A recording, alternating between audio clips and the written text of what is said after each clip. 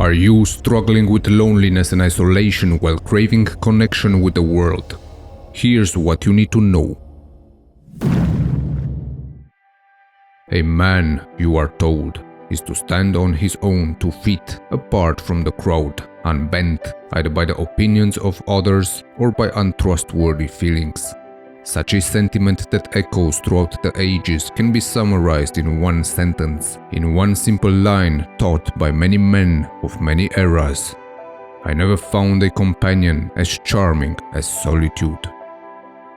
Isolation always seemed to be more attractive to a man's imagination than the busy and exposed worlds of social events, groups, or busy cities. For many of us, it seems easier to write in a quiet room or hike alone in the wilderness than to be engaged with other people. But if you can relate to this sentiment, friend, of course you know that this is only part of the story, because alone, you always ache for contact, and such an ache can many times lead to illness, addiction, and even death.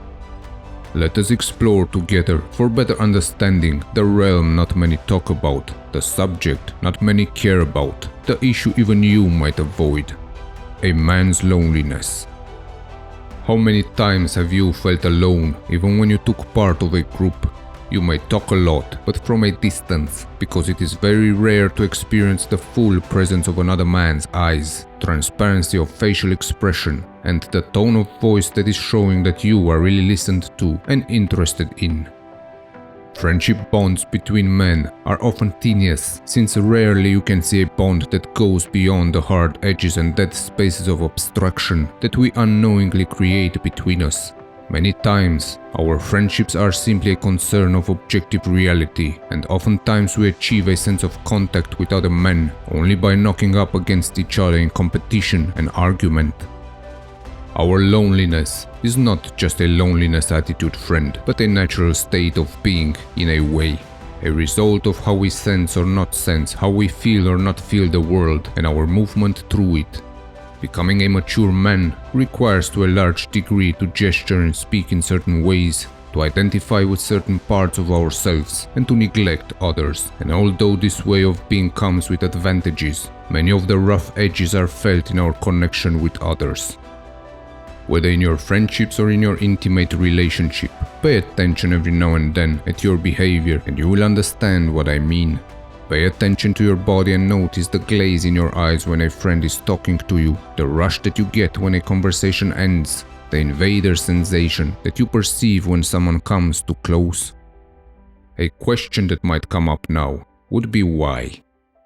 To become a mature man, one must learn to construct a self apart from other people, and such a construction begins in the family. The journey to manhood is a struggle to leave the intimate, immediate, nurturing relationship with the mother and to find the father within. Such an attempt will always require of you, friend, to be able to define clear boundaries, boundaries that will carry over in your other relationships. In your intimate relationship with the woman that you love, you will often find yourself in a world of feeling and perception. To maintain a sense of self and to not fall back into the infantile form that you experienced with your mother, you often have to involve boundaries and embrace solitude, sometimes physically, sometimes mentally, sometimes emotionally. With your male friends, by contrast, you maintain your sense of self by a clearly felt sense of distance, arguing, fighting, competing, but even if your boundaries are clear, the feeling of connection many times will not be strong enough to hold against the strain and turmoil of life, and it will often give you the sensation of loneliness or being misunderstood. Standing alone can be an admirable element, and winning in life will often require you to detach yourself from the comfort of known ideas, but such a need to adopt a firm stance apart from others can become a pathological curse, in which you will forget how to stand up together in a friendship, in a family, in a community. You can easily observe, friend, the trend that has been praised during the past century regarding the ideal of the lonely man, the one brave soul who has made a choice to make his own path in life, alone, without the distraction of friendships, family, or the world. Within this large cultural framework, men are educated to alienate their sense of self, to refuse to explore their minds unless short-term benefits can be noticed, to reject the idea of brotherly connection with their fellow men in order to achieve success as an alpha lone wolf, and to dismiss strong and truthful intimate relationships. If any of these points resonated with you, friend, and if you struggle with isolation and loneliness, know that you can have the benefits of solitude without its alienations if you can manage to balance your approach and understand the importance of deliberately acting in ways that will allow you to understand your mind, your bodily presence, and your need of connection with others. At the most profound level, your new ways should help you see through the misery of loneliness and isolation, and should give you a sense of how you exist in connection with others. We are all breathing the same air, seeing each other, hearing each other's voices, and responding to each other's actions. There, friend, do not remain hypnotized by abstract ideas, by the illusions that life is worth living in complete isolation, and refuse to embrace solitude out of fear of reverting back to your infantile way of being.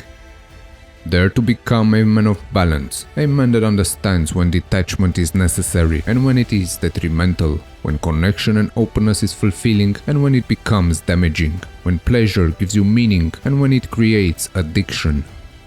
Will you challenge yourself to embrace the greatness of intimacy with the woman that you love, to accept the wonderful gift of great friendships, all while knowing how and when to remove yourself from your environment, to be able to explore your mind, your body and your spirit? Or will you drown yourself in the illusion of greatness, promised by a path in life on which you walk completely alone and isolated? The choice is yours to make.